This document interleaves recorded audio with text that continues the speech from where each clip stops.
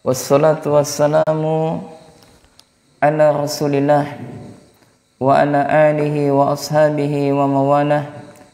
Asyhadu an la ilaha illallah wahdahu la syarikalah wa asyhadu anna Muhammadan abduhu wa rasuluhu la nabiyya ba'dah. Jamaah yang semoga senantiasa dirahmati oleh Allah Subhanahu wa taala. Kembali kita akan melanjutkan kajian Tarhib Ramadan, yaitu membacakan kitab Wasaful Jannati wan Nari min Sahihi Sunnati wal Akhbari yang ditulis oleh Syekh Dr. Wahid bin Abdul Salam Al-Bali hafizahullah. Kita masuk kepada hari ini adalah puasa Ramadan yang ke-6. Ya, mudah-mudahan Allah Subhanahu wa taala memberikan kekuatan kepada kita untuk melakukan rangkaian kegiatan amal soleh pada bulan suci Ramadan ini. Kemudian kita masuk kepada pembahasan yang baru atau fasal yang berikutnya. Ya, fasal yang berikutnya yaitu fasal pada ke-9. 9 sudah ya, fasal ke-10. Fasal ke-11 yaitu tentang masalah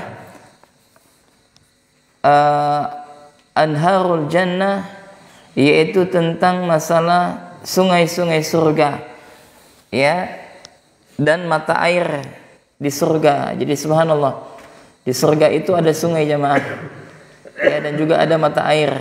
Silakan buka halaman 23. Berkata penulis kitab ini hafizahullah, beliau menukilkan firman Allah Subhanahu wa taala di dalam Al-Qur'an surah Al-Baqarah ayat 25, yang mana Allah Subhanahu wa taala berfirman, "Wa basyiril ladzina amanu wa 'amilus shalihat anna lahum jannatin tajri min tahtihal anhar." Yaitu Allah Subhanahu wa taala berfirman, berilah kabar gembira, kata Allah, yaitu kepada orang-orang yang beriman dan beramal saleh, sesungguhnya bagi mereka adalah surga yang mengalir di bawahnya sungai-sungai. Ya, yang mana di dalam ayat ini Allah Subhanahu wa taala menyampaikan kabar gembira kepada orang-orang yang beriman. Wa basyiril ladzina amanu wa 'amilus shalihat.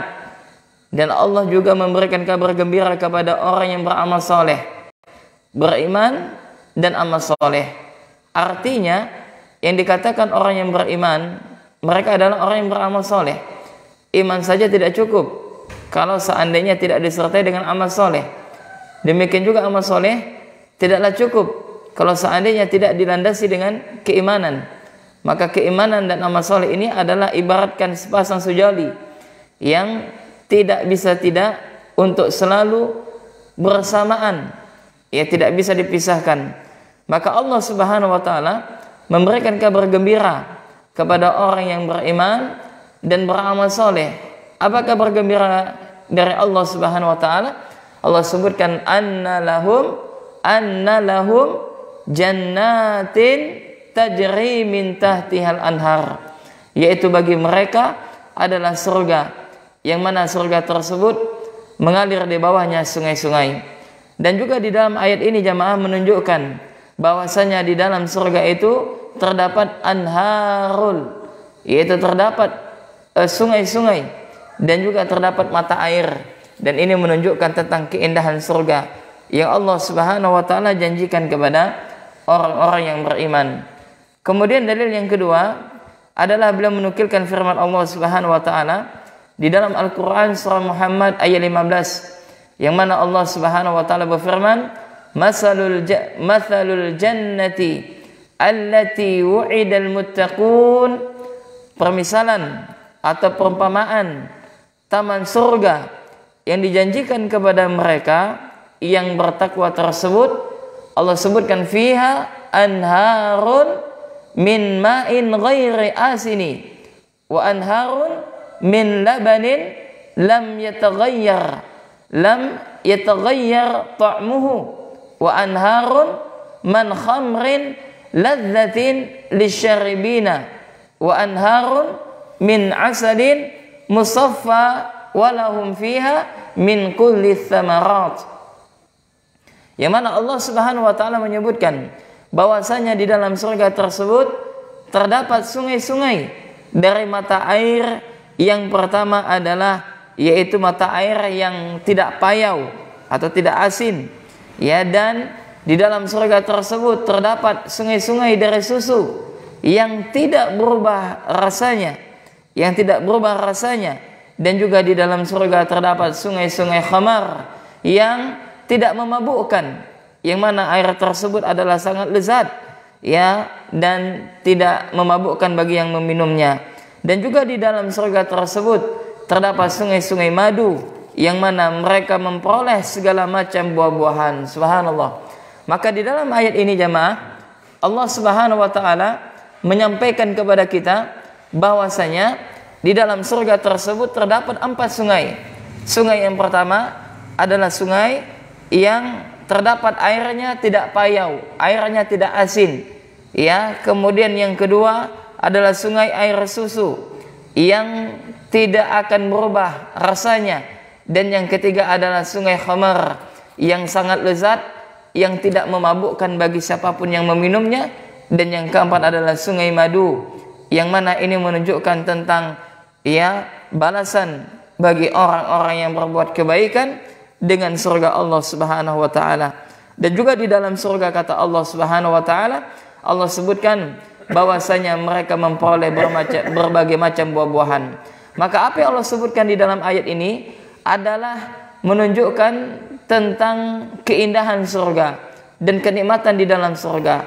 Ya, jangankan di dalam surga, ya ndak, ketika di dunia saja kalau misalkan kita melihat keindahan sungai, ya, maka ini adalah sesuatu yang begitu indah, ya, dan bahkan tidaklah dikatakan sebuah keindahan, ya, yang ada di dunia ini, maka terkadang yaitu apa? Disertai dengan yaitu sungai atau yang semisalnya. Ya, dan juga di dalam ayat ini Allah Subhanahu wa taala menjelaskan kepada kita bahwasanya para penghuni surga itu mereka mendapatkan buah-buahan, ya, berbagai macam jenis buah-buahan. Di dalam hadis yang lain bahwasanya apapun yang ada namanya dari berupa buah-buahan di dunia ini, maka ada juga di surga. Jadi setiap, ya, apa-apa yang ada di dunia ini, ya, dari nama buah-buahan maupun jenis buah-buahannya, maka ada di surga. Bedanya adalah kalau di dunia terkadang misalkan ada buah yang namanya apa? Jeruk, ya, terkadang manis dan juga terkadang masam. Maka kalau di surga tidak ada yang masam, manis semuanya dan enak. Ya, dan seseorang itu ketika dia memakan buah-buahan atau yang sejenisnya, maka semua anggota tubuhnya merasakan kenikmatan dari ujung rambutnya sampai ujung kakinya, dan mereka tak pernah puas. Kenapa? Karena mereka tak pernah kenyang-kenyang di surganya Allah Subhanahu wa taala. Kenapa? Karena memang Allah berikan kenikmatan, ya, sehingga ada sebagian orang yang dia makan pisang, ya, dan saking enaknya pisang, saking nikmatnya pisang yang dia makan, ternyata ketika dia menoleh ke belakang, maka apa? Pisangnya, kulit pisangnya bagaikan gunung. Bayangkan, ini menunjukkan tentang bahwasanya surga itu adalah sesuatu yang sangat, yaitu apa? Penuh dengan kenikmatan. Kemudian di dalam Al-Qur'an surah Ad-Dukhan ayat 51 sampai dengan 52, yang mana Allah Subhanahu wa taala berfirman, innal muttaqina fi maqamin aminin fi jannatin wa uyun. Ya, dan Allah Subhanahu wa taala berfirman, sungguh kata Allah, orang-orang yang bertakwa berada dalam tempat yang aman, yaitu di dalam taman-taman dan mata air. Subhanallah. Ini adalah janji Allah Subhanahu wa taala. Bahwasanya Allah sebutkan innal muttaqina fi maqamin amin. Sesungguhnya orang-orang yang bertakwa, maka tempat mereka adalah tempat yang aman. Maksudnya apa? Surganya Allah. Fi jannatin wa uyun. Ya, yang mana mereka berada di dalam kebun-kebun dan mata air. Ya, kemudian juga di dalam Al-Qur'an surah Ar-Rahman ayat 50, yang mana Allah Subhanahu wa taala berfirman, fihima 'ainani tajriyan. Ya, dan di dalam kedua surga itu ada dua buah mata air yang memancar. Ya subhanallah. Dan di dalam kedua surga itu kata Allah Subhanahu wa taala terdapat ainani tajriyan, yaitu terdapat dua mata air yang memancar. Ya, mungkin air mancur atau yang sejenisnya yang memancar. Kemudian juga di dalam Al-Qur'an surah Ar-Rahman ayat 66 yang mana Allah Subhanahu wa taala berfirman fihi ma ainani nadhakhatani. Ya, kemudian kata Allah Subhanahu wa taala dan di dalam keduanya di dalam surga tersebut ada dua buah mata air yang memancar. Ini menunjukkan jemaah bahwasanya surga itu terdapat sungai-sungai dan juga terdapat mata air. Sebagaimana telah kita ketahui bahwasanya mata air ya di dunia itu adalah sumber kehidupan. Artinya orang tak bisa hidup kalau seandainya tidak ada airnya, enggak. Dan air ini adalah kebutuhan pokok kita ketika kita hidup di dunia ini. Ya, maka dunia itu akan terasa hampa. Dunia itu akan terasa tidak akan bahagia. Ya, kalau seandainya yaitu apa? Di satu tempat tidak ada air, maka kita sangat butuh terhadap air. Ya, baik itu air yang bersih yang bisa mencuci pakaian kita ataukah air yang bisa kita gunakan untuk kita meminumnya. Maka di surga ia akan bertambah rasa kenikmatan di dalam surga ketika Allah Subhanahu wa taala yaitu apa? Mengalirkan air dari sungai-sungai dan demikian juga air yang memancar dari mata air tersebut.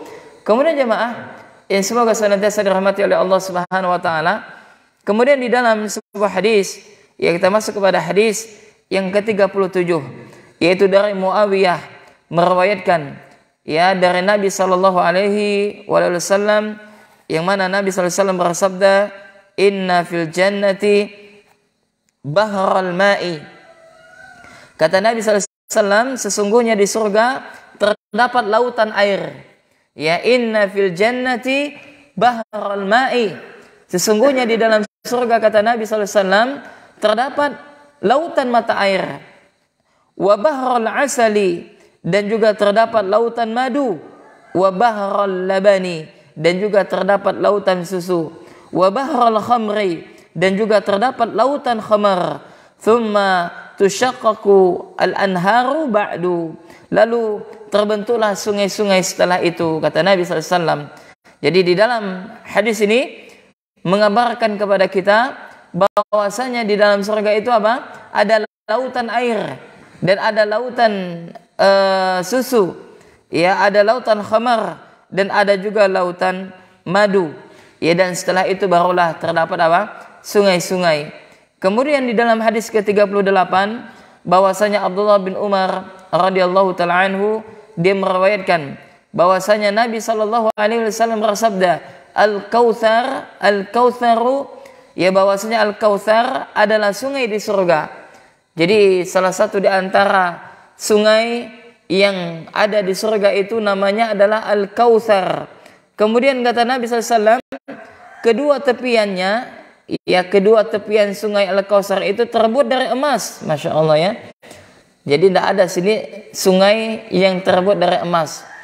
Nah di surga tepiannya, di belah tepiannya itu terbuat dari emas dan tempat alirannya terbuat dari intan dan permata yakut. Ya, tempat pengalirannya. Tanahnya lebih harum dari kasturi, airnya lebih manis daripada madu dan lebih putih daripada salju. Subhanallah.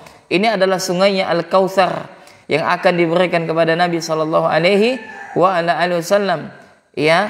Kemudian jemaah pada hadis berikutnya, hadis ke-39 dari Anas radhiyallahu taala anhu, anna Rasulullah sallallahu alaihi wasallam, dari Anas meriwayatkan bahwasanya Nabi sallallahu alaihi wasallam bersabda, ketika aku berjalan di surga kata Nabi, tiba-tiba aku berada di sebuah sungai yang kedua tepinya terdapat kubah-kubah terbuat dari mutiara yang berlubang. Subhanallah.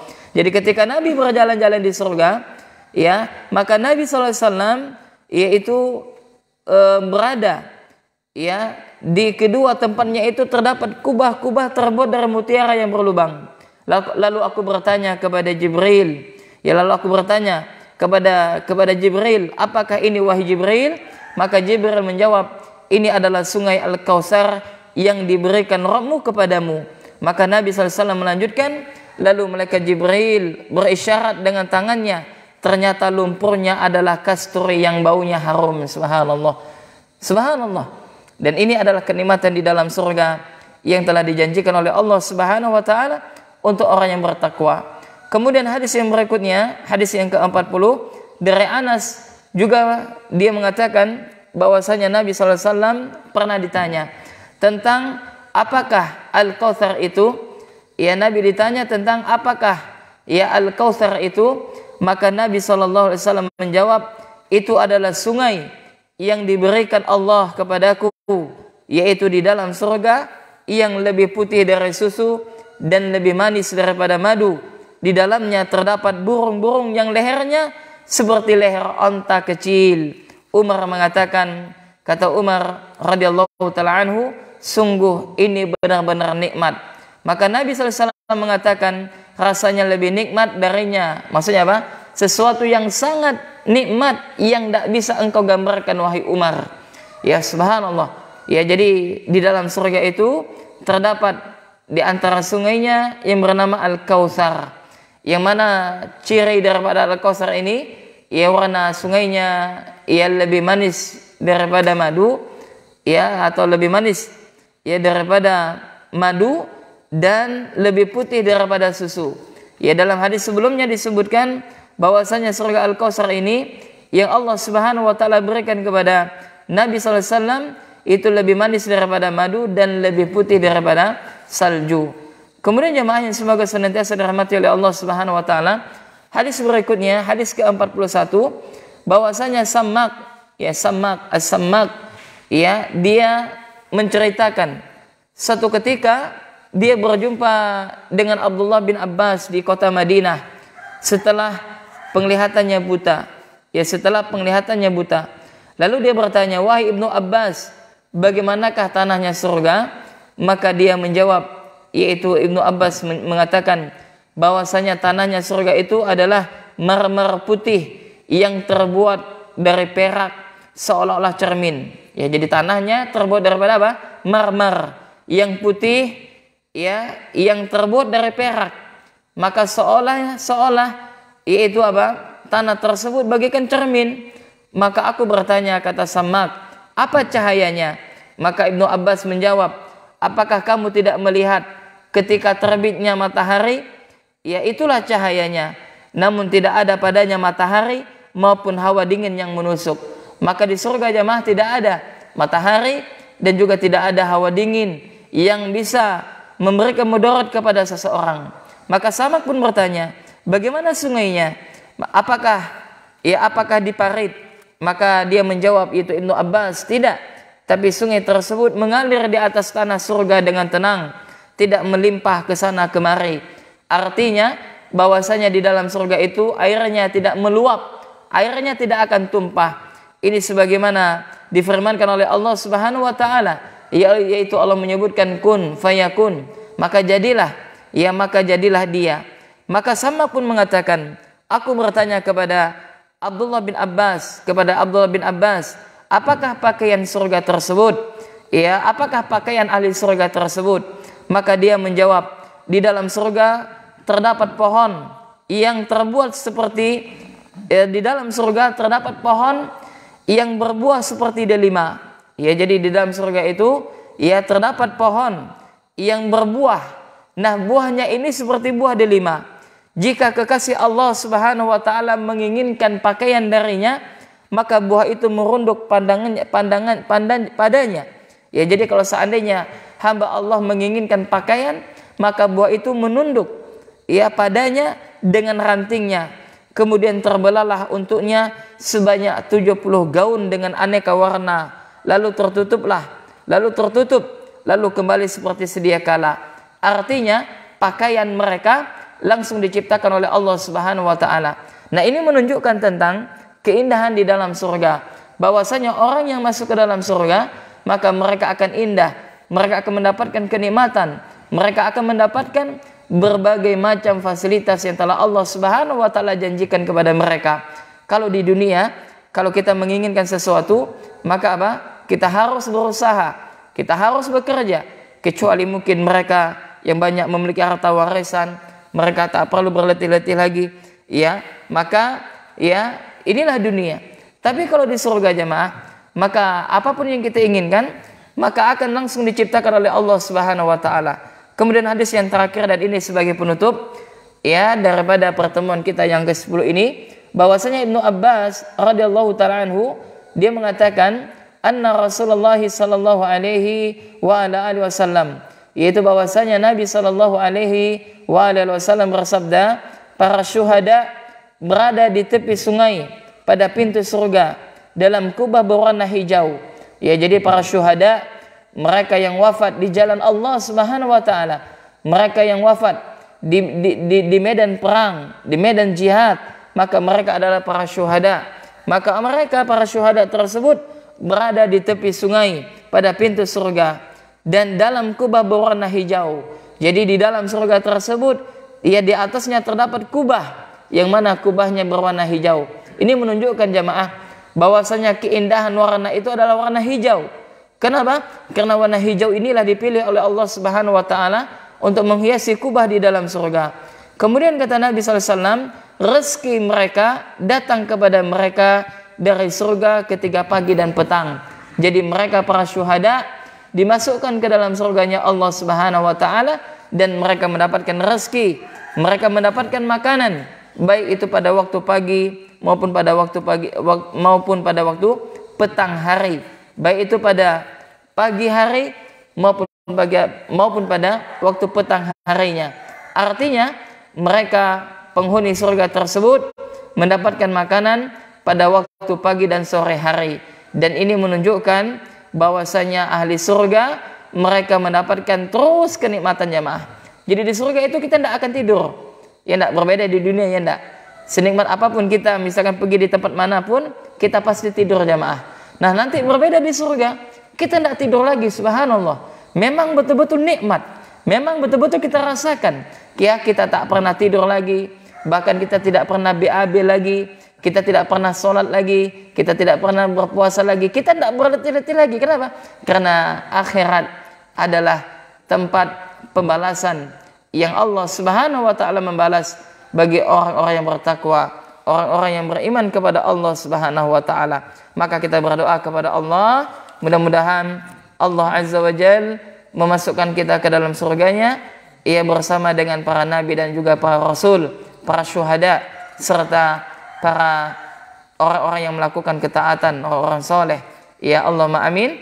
Dan mudah-mudahan nanti kita dapat dikumpulkan kembali oleh Allah Subhanahu wa taala di surganya Allah Azza wa Jalla. Nah, demikian yang dapat kami sampaikan, dan insyaallah besok kita masuk kepada fasal yang ke-12, yaitu membahas tentang masalah sifat telaga Nabi sallallahu alaihi wasallam, ya. Yang berkaitan dengan apa? Sifat telaga Nabi sallallahu alaihi wa ala alihi wasallam. Dan mudah-mudahan kita semuanya bisa singgah di telaga Nabi. Ya Allahumma salli wa sallim alaihi. Ya Allahumma amin. Kita cukupkan sampai di sini. Subhanakallahumma wa bihamdik, asyhadu an la ilaha illa anta, astaghfiruka wa atubu ilaik. Assalamualaikum warahmatullahi wabarakatuh.